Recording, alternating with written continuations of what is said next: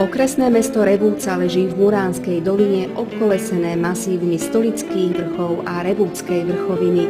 Jeho súčasťou je aj miestna časť Revúčka, tiahnuca sa v úzkej doline potoka Zdychava.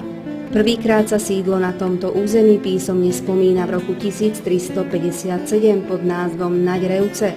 Pôvodne pastierská a banícka osada patrila Jelšavskému a neskôr Muránskemu pánstvu. Mestské výsady Revúca získala v 16. storočí. Najviac sa preslávila v druhej polovici 19. storočia ako centrum národného obrodenia a kultúrneho života.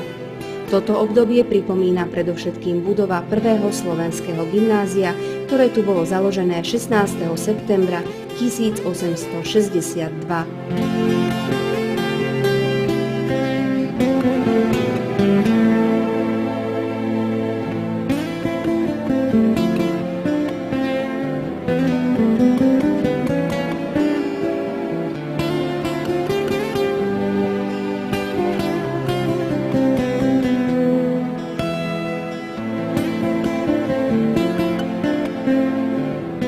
Jeho prvým riaditeľom sa stal Augustín Horislav Škultéty.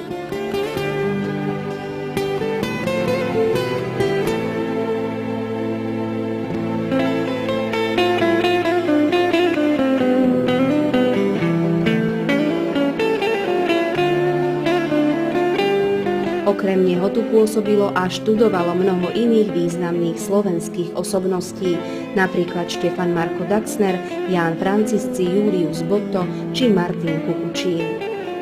V budove dnes sídli múzeum, ktorého časť je venovaná rodákovi generálovi Viestovi, veliteľovi povstaleckej armády za Slovenského národného povstania.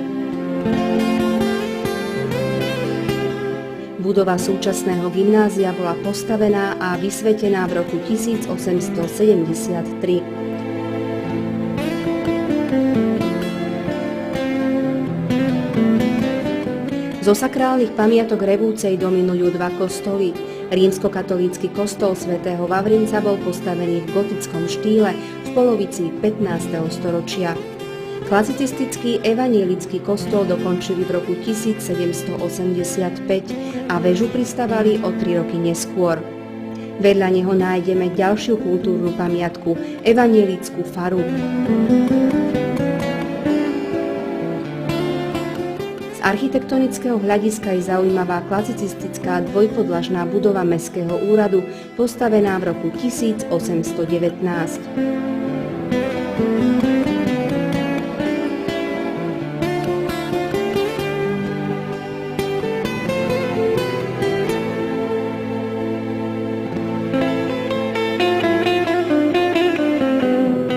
Na druhej strane rieky dominuje námestiu budova niekdajšieho hotela Kohút a sídlo riaditeľstva akciovky Slovmak.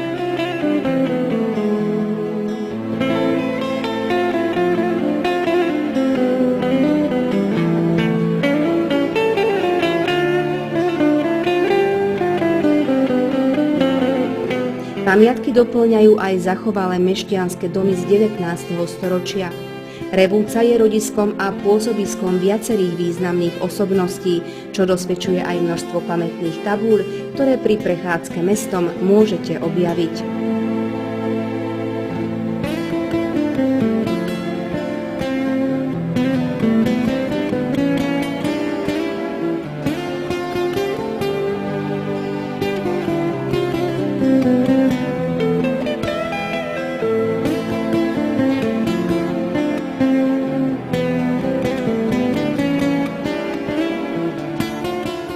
Okolie mesta poskytuje krásne výlety do Stolických vrchov alebo do Národného parku Muránska planina.